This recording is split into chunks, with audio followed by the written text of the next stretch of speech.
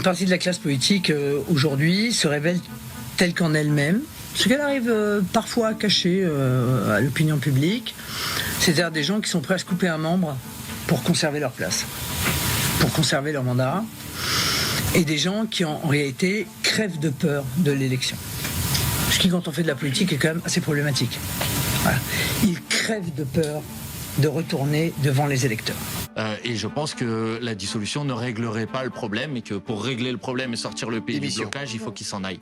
Et je vais vous dire, parce que j'ai entendu Madame Le Pen tout à l'heure donner des grandes leçons à tout le monde et dire que elle, Madame Le Pen, elle agissait, la seule qui agissait au nom de l'intérêt du pays et pas au nom de son intérêt.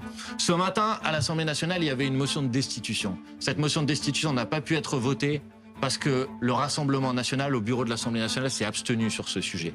Et Madame Le Pen, en vérité, elle a un agenda caché. Son agenda caché, c'est qu'elle ne veut pas la démission du président de la République ou le départ du président de la République parce que dans une élection présidentielle anticipée, elle ne pourrait pas se présenter. Et qu'est-ce qu'elle veut? Elle veut une dissolution de l'Assemblée nationale avec l'objectif, à la fin, de pouvoir faire voter une loi d'amnistie pour ensuite pouvoir être candidate à l'élection présidentielle de 2027. Donc les gens qui nous donnent des leçons en disant « nous, on est les seuls à nous préoccuper de notre pays », en vérité, elle se préoccupe de son propre cas et de son cas personnel.